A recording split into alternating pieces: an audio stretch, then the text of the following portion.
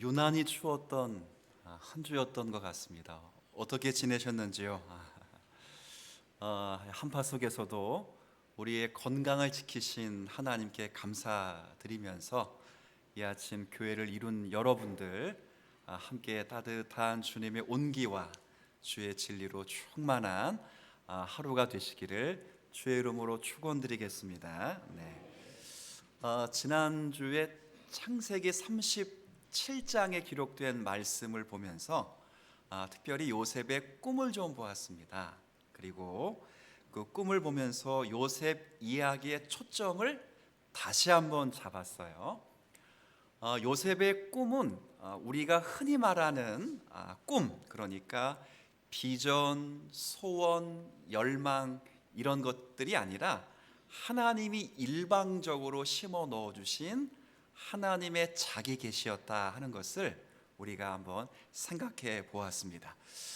그러니까 하나님께서 요셉을 통해서 야곱의 가족, 이스라엘의 공동체, 지금으로 말하면 교회를 구원하시고 보존하시기 위하여 주신 꿈이었다 하는 사실을 생각해 보았습니다. 물론 그 꿈을 요셉도 이해하지 못하고, 그리고 야곱도, 그리고 형제들도 다 이해하지 못했지만 하나님은 야곱의 가정 교회를 구원하기 위하여 당신의 신실하신 은혜 언약 때문에 하나님이 그 약속을 진행하시는 하나님의 은혜를 보았어요. 그래서 우리가 세 가지 적용했습니다. 첫 번째는 뭐였냐면, 우리도 누구와 누구처럼 혹은 우리에게 어떤 은사가 있다면, 목사든 직분이든 은사가 있다면 세워주신 목적을 좀 다시 한번 정립해서 요셉을 통해서 야곱의 가족이 구원받듯이 우리를 통해서 교회가 윤택해지는 은혜를 누리자, 이런 말씀을 드렸습니다. 두 번째는 교회를 향한 하나님의 오래된 계획을 신뢰하는 성도가 되면 좋겠다 그랬어요.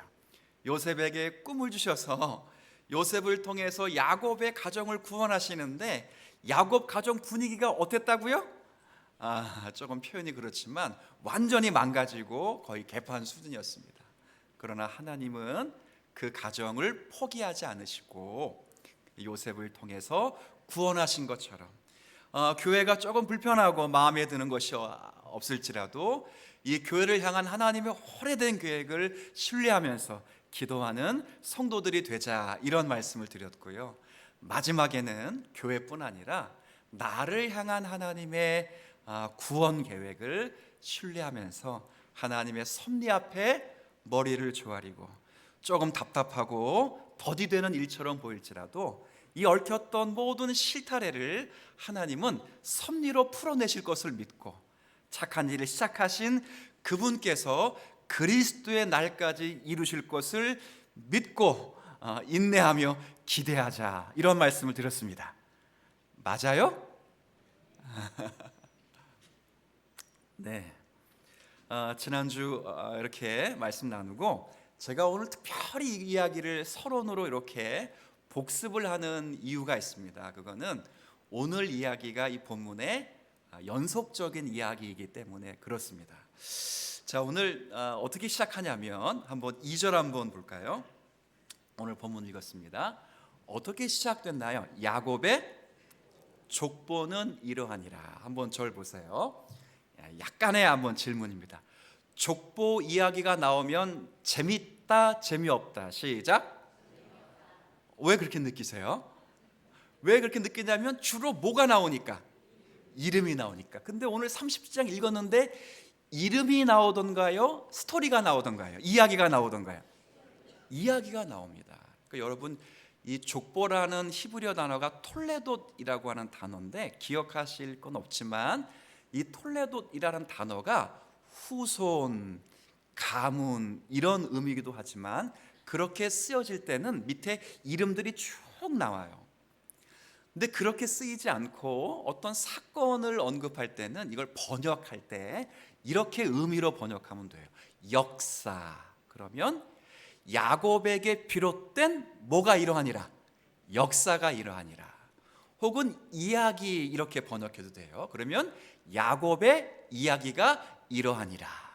자, 그러면 한번 생각해 보십시오. 두 번째, 야곱의 이야기가 이러하니라. 그러면 누구 이야기 나와야 되겠어요?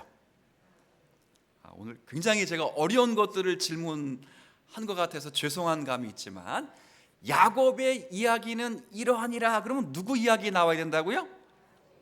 야곱 이야기 나와야 되죠. 근데 오늘 본문을 읽어보니까 누구 이야기였나요? 요셉 이야기입니다. 성경을 읽는 분들은 궁금해하셔야 돼요. 왜 야곱의 이야기를 써놓고 누구 이야기를 하고 있다고요? 우리 지난주에 배웠습니다. 그것도 길게 장대하게 써놓았지만 결국 요셉 이야기를 하려는 것이 아니라 요셉을 통해서 누구의 가족을? 야곱의 가족을 이스라엘로 바꾸시는 하나님의 섭리의 이야기를 하는 거예요. 야곱이라는 한 사람, 야곱이라고 하는 가족을 어떻게 깨뜨리셔서 이스라엘로 빚어가시는 것을 보여주는 인물 이야기를 해두기 때문에 야곱 이야기 해놓고 누구 이야기 한다고요? 그래서 여러분 이렇게 보시면 돼요. 주인공은 요셉인데 목적은 야곱이다. 다시 시작. 이상하지 않아요? 네. 근데 왜 이게 중요하냐면 우리의 인생도 똑같습니다. 안종성의 역사는 이러하니라 라고 적어놓고 박민경을 만나 예지 예인이 시찬다고, 이게 아니에요. 이건 그냥 후손 이야기하는 거예요. 안종성의 이야기는 이러하다 하고 누구 이야기를 해야 된다고요? 야곱의 이야기는 이러하니라고 누구 이야기했다고요? 요셉. 그럼 안종성 이야기는, 안종성에서 비롯된 역사는 이러하니라 하고 누구 이야기를 해야 되겠어요? 그렇죠. 요셉은 누구를 예표하는 인물이었다고요? 그렇죠. 우리의 인생은 누구의 주님 사랑 교회의 역사는 이러하니라. 그래서 몇 년, 몇 월, 며칠 내에 개척해가지고 누구 이런 이야기보다 더 중요한 건 누구 이야기? 예수님 이야기, 하나님의 이야기로 엮어내는 교회가 되기를 바랍니다. 이게 오늘 핵심이에요. 그래서 오늘 본문으로 이제 좀 들어가 보면 하나님의 이야기로 야곱 가족을 묶어내기 위하여, 그리스도 이야기로 묶어내기 위하여, 물론 요셉 표면적으로는 요셉 이야기지만 요셉 이야기로 묶어내기 위해서 여러 이제 톨레도 이야기가 나옵니다. 자, 요셉 이야기가 오늘 갈등인데 세 가지입니다.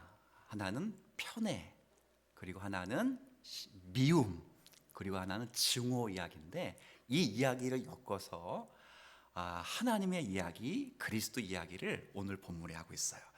자, 한번 야곱의 족보는 이러하니라라고 해서 첫 번째 이름이 언급됩니다. 우리 조금 전에 이야기했던 누구 이름 언급된다고요? 요셉입니다. 2절 보세요. 요셉이 몇 살입니까? 이제 이것은 17세가 많이 나오죠. 그럴 때 아주 미숙한 아이라는 거고요. 그리고 관계를 잘 다룰 수 있는 지혜가 아직은 조금 미숙한 나이인 것을 강조하고 있습니다. 17살이에요. 근데 요셉이 주인공인데 요셉이 어느 정도로 이렇게 좀 뭐라고 할까 미숙하냐면 한번 볼게요. 2절 마지막에 보세요. 2절. 자, 2절. 그가 요셉이 형들의 잘못을 아버지에게 뭘 했다고요? 말하였다. 잠깐 절 보시면 요셉이 정직했다 이런 의미이기도 하지만 원어를 이렇게 잘 보면 여기에 말하다라는 것이 험담했다는 거예요. 그러니까 형들이 잘못은 했어. 근데 그거 가지고 형들을 폄하하기 위해서 아버지에게 고자질을 막 하는 거예요. 자, 그러면 형들이 요셉을 사랑할 수 있었을까요? 없었을까요? 없었지요. 근데 이것 때문에 미워한 건 아니고요. 사실은 여기에 더해서 아버지의 편애 때문에 미워했습니다. 3절 한번 더 볼게요. 자, 여러분 한번 읽어주시겠어요? 시작.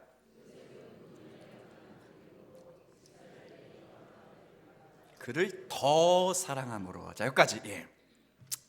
자, 이 야곱의 이 편의 사랑은 어느 정도는 이해가 됩니다. 왜냐하면 이 요셉을 어떻게 얻었다고요? 노년에 어렵게 얻었습니다. 진짜 어렵게.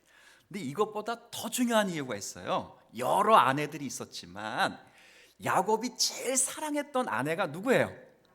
라헬이잖아요. 14년을 그냥 수일처럼 보내면서 라헬을 위하여 몸종의 역할을 다 했던 라헬이거든요. 라헬의 아들이 누굽니까 지금? 요셉입니다. 그러니 무지 사랑했어요.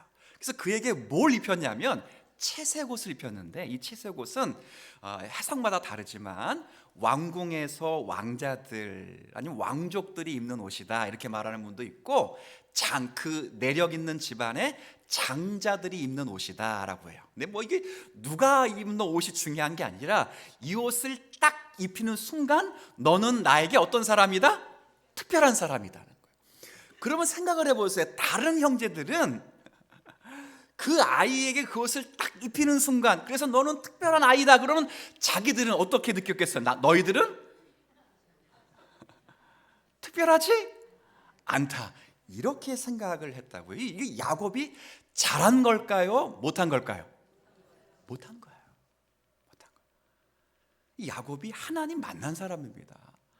하나님만 의지하겠다 해서 이스라엘로 이름이 개명된 사람입니다. 그렇죠? 성숙했고요. 그리고 은혜를 받았고 훈련을 경험해서 하나님의 원숙한 성도의 삶을 품어내기로 작정한 사람입니다. 근데 놀랍게도 아버지로서는 아직 미숙해요. 하나님은요 이런 것 같아. 하나님의 백성들을 쓰실 때 완벽해서 쓰시는 건 어떻게 희망이 좀 있습니까? 훈련을 거치고요, 하나님의 하나님 되심으로 말미암아 자리에 이르기까지 때로는 그의 장점을 칭찬하시기도 하시고 그의 약점을 때로는 책망하시고 징계하시기도 하지만 약점을 사용하셔서 하나님의 뜻을 이루시는 아버지 하나님이 되시기도 하셔요. 그래서 희망이 있어요. 근데 재미있습니다. 이제 이렇게 하는데 왜 재미있냐면, 사실은 야곱이 편애를 하면 안 되는 이유가 있는데, 야곱도 어릴 때 편애의 피해자였습니다. 그렇지 않나요? 야곱의 아버지가 이삭인데 이삭이 사실은 야곱보다 누구를 더 사랑했어요? 그게 평생 뭐가 됐겠어요? 상처가 됐을 겁니다. 그래서 야곱은 생각했을 거예요. 내가 자녀를 많이 낳으면 다 어떻게 한다고요? 똑같이 사랑해야지. 근데 지금 하고 있는 꼴은 편애하고 있어요. 편애.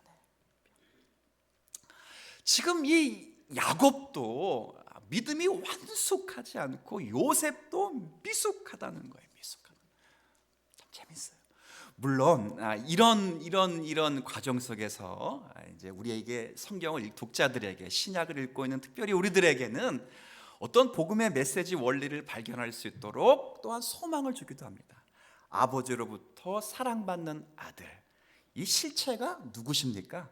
성부 하나님으로부터 완벽한 사랑을 받으신 예수 그리스도를 보여주는 그림이기도 하죠. 물론 야곱은 편애했기 때문에 가정이 흔들렸지만 성부 하나님이 이 성자 하나님을 향한 사랑은 흔들리지 않고 오히려 그 사랑의 충만함 때문에 성자 예수 그리스도는 죽기까지 순종하여 십자가의 지심으로 우리의 죄값을 사여 주시는 은혜를 만들어 주셨어요.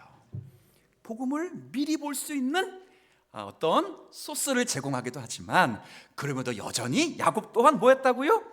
미숙했습니다. 자, 그런데 갈등은 더 깊은 곳으로 들어갑니다. 아버지의 사랑 때문에 갈등이 심화가 됐다면 더 심화가 이루어진 건 이제 요셉이 뭘 꿔요? 꿈을 꿉니다. 몇 번의 꿈을 꾸죠? 2번의 꿈을 꾸는데 첫 번째 꿈이 형제들의 곡식단이 자기 곡식단 주변을 둘러서서 절하는 꿈이에요. 요셉에게는 좋은 꿈, 안 좋은 꿈? 일단 형제들이 들을 때는 기쁠 나쁜 꿈이죠. 딱 듣고 나서 알아서 네가 우리의 왕이 될 것이냐? 라고 말했다. 근데 재밌는 건, 자 한번 보세요. 5절. 자, 제가 한번 읽어볼게요. 요셉이 꿈을 꾸고 자기 형들에게 뭐 했다고요? 그들이 그를 어떻게 했어요? 미워했는데 어떻게 미워했다고요? 왜 더욱 미워했죠? 아까 뭐 때문에 한번 미워하고 있었는데 편애 때문에 미워했는데 꿈까지 꾸니까 더 미워한 거예요. 거기다가 이 요셉이 꿈 이야기를 기가 막히게 해석까지 합니다. 막 합니다. 자기 나름대로 다 풀었으니까 8절에 자 보세요. 8절 끝에 요셉의 꿈과 요셉의 말로 말미암아 그를 더욱 또 뭐 했다고요? 여기는 아까 5절에는 꿈 때문에 미워했는데 8절에는 꿈 플러스 뭐야? 여러분 잠깐 잘 보세요. 진리도 사랑 안에서 말해야 됩니다. 맞습니까? 그죠? 에베소서 4장 말씀처럼 옳은 것일지라도 사랑 안에서 참된 것을 하여야 열매가 있느니라 이렇게 말해요. 아무리 진리와 은혜일지라도 그것이 상대방을 존중하게 여기거나 사랑하는 마음으로 하지 않으면 이 열매라는 게 없습니다. 예를 들어 누군가가 여러분에게 위로를 받고 싶어가지고 이렇게 이야기했다고 보세요. 권사님, 집사님 요즘 너무 힘들어요. 되는 게 없는 것 같아요. 불안해요. 그런데 거기다가 진리만 말하는 거야. 당신이 믿음이 없어서 그래요. 그러면 말하고 싶어요? 안 하고 싶어요? 막 그렇게 말을 하는데 대번 기도를 안 해서 그래. 그러면 귀사대기를 한번 살짝 때리고 싶은 충동이 일어나요. 맞아요. 기도 안 해서 그래요. 믿음이 없어서 그럴 수 있어요.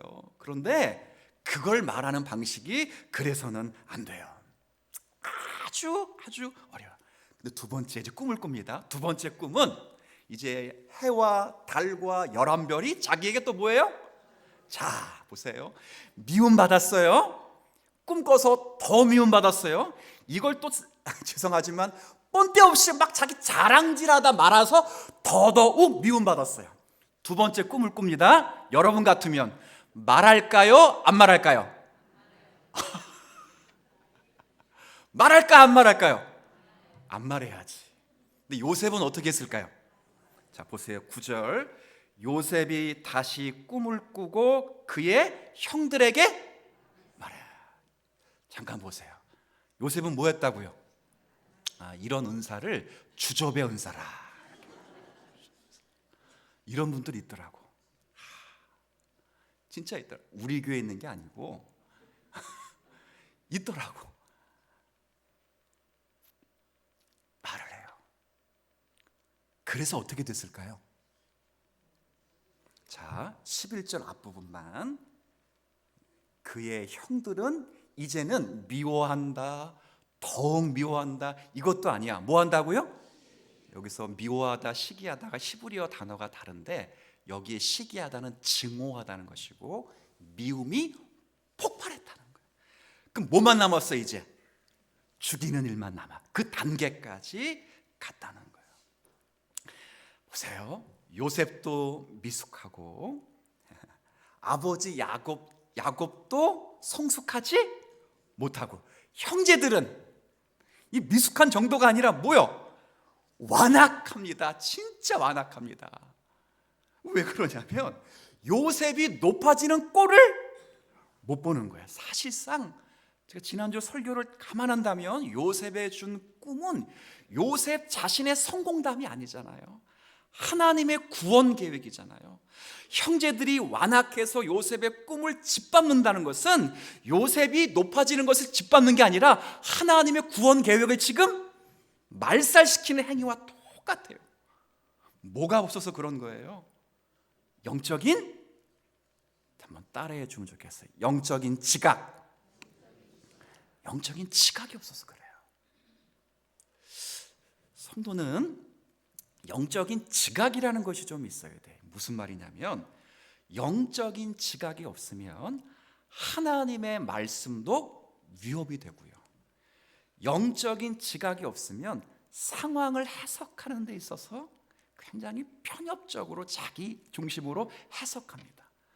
어떤 예가 좋겠냐면 모세와 함께 이스라엘 백성들이 출애굽을 하고 가나안 땅에 정탐꾼을 보냅니다. 근데 12명이 돌아와서 10명의 보고 때문에 백성들이 두려움에 빠지는데, 제가 자주 묻는 질문이 있어요. 10명의 정탐꾼들이 보고한 게 틀린 보고한 겁니까? 맞는 보고합니까? 보고한 겁니까? 맞는 보고입니다. 정확하게 사실을 리포트한 겁니다. 팩트를 말한 겁니다. 거기는 철기 문화가 있고 우리는 청동기 문화이니까 무기 자체가 잽이 안 된다. 거기는 장대한 안악자손이 있고 우리는 덩치로 보나 사이즈로 보나 우리 훨씬 작다. 그러니 사실도 하면 경쟁 상대가, 자, 틀린 말이에요? 맞는 말이에요? 맞는 말이죠. 근데 뭘 못 봤습니까? 언약을 못 봤습니다. 뭐가 없기 때문에. 영적 지각이 있는데 뭐가 없다고요? 영적 지각이 없습니다. 그래서 팩트만 이야기했기 때문에 백성들이 다 두려움에 빠지죠. 근데 두 사람은 팩트를 이야기해 놓고 뭘 봅니까? 하나님의 약속을 봅니다. 하나님께서 우리를 기뻐하시면 하나님이 그 성을, 그 성읍을, 그 가나안 땅을 반드시 우리에게 주시리라. 주시리라. 이 뭐예요? 약속입니다. 약속. 영적인 지각이에요. 형제들은 요셉의 꿈을 보면서 팩트만 봤습니다. 네가 높아지는 거 맞아요. 요셉이 높아지는 게 맞아요. 근데 뭐가 없으니까? 영적인 지각이 없습니까? 그 일을 통하여 일하실 하나님의 계획을 놓쳐버렸어요. 근데 놀라운 건 11절 끝에 보면, 11절 앞부분에는 형들은 시기했지만, 그런데 그의 아버지는 그 말을 어떻게 했다고요? 네, 이게 굉장히 중요합니다. 영적인 지각에 어떤 조금의 남아있는 것들이 있었다는 거예요. 야곱에게 남아있습니다. 이게 무슨 뜻일까? 하나님이 우리의 가문에 무슨 일을 하려고 하시는 것일까 하는 거예요. 성도는 이게 신앙으로 사는 거예요. 신앙은 모든 걸 다 이해하는 능력도 아닙니다. 신앙은 모든 상황을 다 설명하는 것도 아닙니다. 신앙은 이해가 되지 않아도, 상처가 있어도, 혼란스러워도 그 말씀을 한 번 더 마음에 두는 것. 어디에 두는 거예요? 마음에 두는 거예요. 다시 정탐꾼 이야기 한번 돌아볼게요. 조금 전엔 모세가 보낸 12명의 정탐꾼입니다. 그리고 40년 광야가 끝날 즈음에 39년이 지나고 이제 여호수아가 다시 몇 명의 정탐꾼을 보내냐면 2명을 보냅니다. 근데 정탐을 얼마나 못했는지 걸려버렸습니다. 그래서 어디로 숨었습니까? 기생 라합의 집에 숨었습니다. 근데 놀라운 이야기를 듣습니다. 무슨 이야기를 듣냐면 하나님의 일하심을, 하나님에 대한 소문을 마음에 둔 한 여인을 만납니다. 40년 동안 하나님의 말씀과 하나님이 하신 일을 마음에 둔 여인을 만나면서 지난 40년 동안 이스라엘 백성들이 하나님의 하신 일을 마음에 두지 못했다는 사실을 깨닫게 하시고, 지금도 하나님이 자기 백성을 구원하시기 위하여 믿음은, 들음은 말씀에서 나는 한 여인을 구원하여 가나안 땅에 들여 하나님의 말씀을 청종하여 그 백성이 구원받도록 하시기 위하여 예정된 기생 라합을 찾아가시기 위하여 정탐은 실패했지만 그 여인으로 인도하시는 거예요. 근데 그 여인의 마음에 뭐가 있다고? 지금 말씀을 마음 속에 두었다. 그 여인이 2명의 정탐꾼을 딱 보면 알아봤습니다. 이 사람들이 정탐꾼이구나. 지금 정탐꾼은 실패한 거에 성공한 거예요. 표면적으로는 실패한 거지. 그리고 숨겨졌습니다. 그리고 자기의 이야기를 합니다. 삼위일체를 모릅니다. 이분은 창조와 어떤 구속의 섭리도 잘 모릅니다. 그러나 단 한마디 듣었던 한마디 하나님의 말씀을 40년 동안 가슴에 품고 있었는데, 너희들이 모세와 함께 애굽에 나올 때 여호와 하나님께서 홍해를 마르게 하신 것과 너희가 요단 서쪽에 있을 때 아모리 사람 2왕 시온과 옥에 행한 그 일, 그들을 멸절할 일을 우리가 들었으니. 뭐 했다고요? 듣고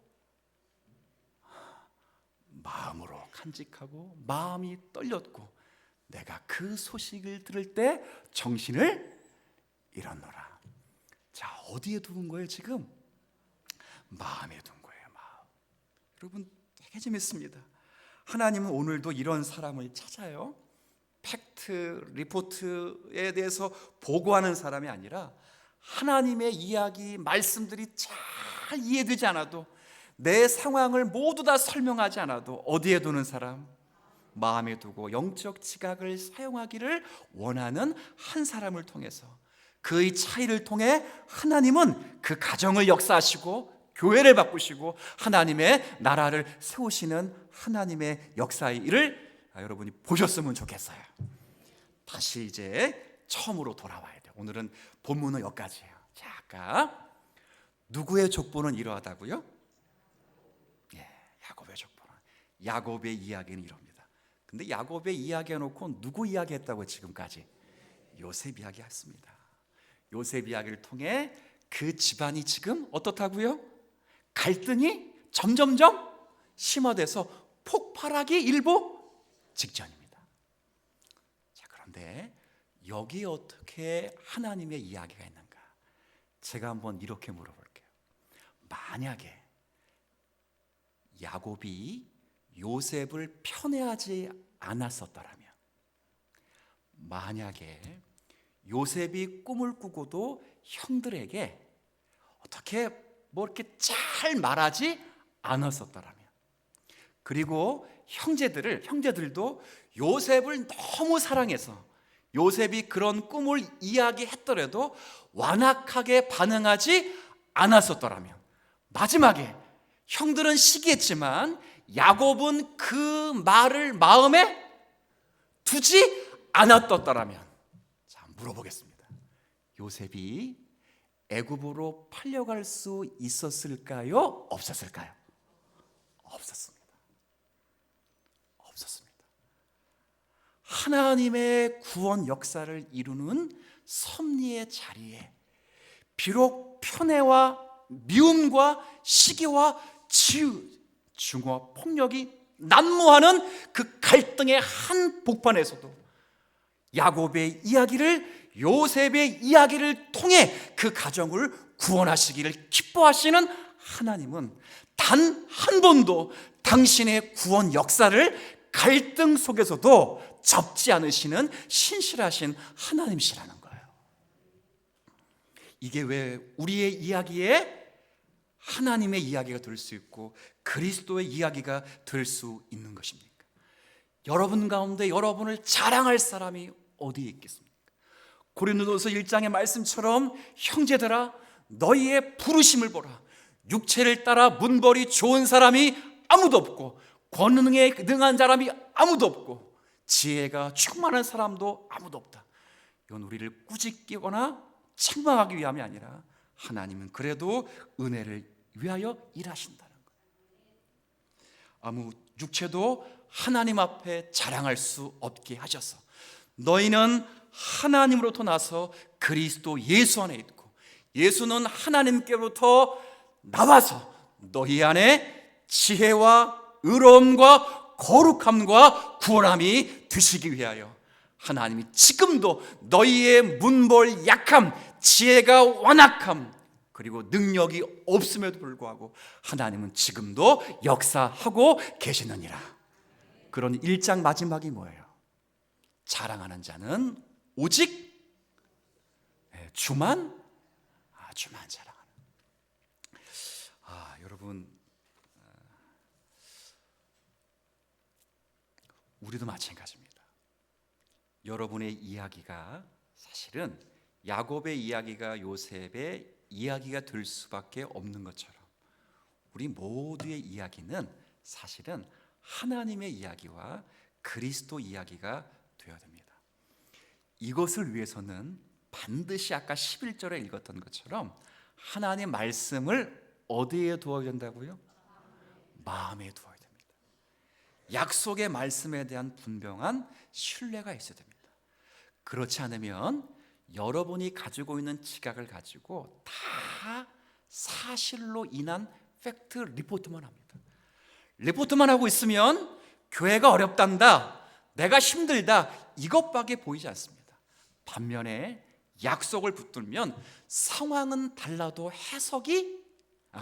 같아도 해석은 달라집니다. 하나님의 꿈을 위협으로 보지 않습니다. 하나님의 꿈을 말씀으로 볼 수 있습니다. 하나님의 시간을 우연처럼 보지 않고 우리를 구속시키려는 하나님의 구속사로 볼 수 있습니다. 우리의 마음속에 흔들리는 많은 오점들이 많을지라도, 하루에도 12번 더 반복되는 갈등이 있을지라도, 영적인 지갈 가지고 말씀을 마음에 두고 약속을 붙들면 그 모든 얽혀있는 일들이 하나님의 이야기가 될 수 있도록 하나님은 역사하시는 하나님이신 줄 믿습니다. 그게 남의 이야기가 아니라 이제 우리 이야기가 되면 좋겠어요. 그래서 여러분들에게 여러분의 족보를 이야기해 주세요 그러면 나는 홍길동을 만나서 누구를 낳고 이야기가 아니라 전부 누구 이야기하라고요? 하나님 그리스도 이야기가 되셔야 돼요. 이야기를 지금도 신실하게 쓰고 계시는 하나님이 저와 여러분의 하나님이신 것에 대하여 감사하고 영적인 지각을 가지고 말씀을 마음에 두며 이제 계속 요셉 이야기를 읽어낼 수 있는 저와 여러분이 되시기를 주의 이름으로 축복합니다.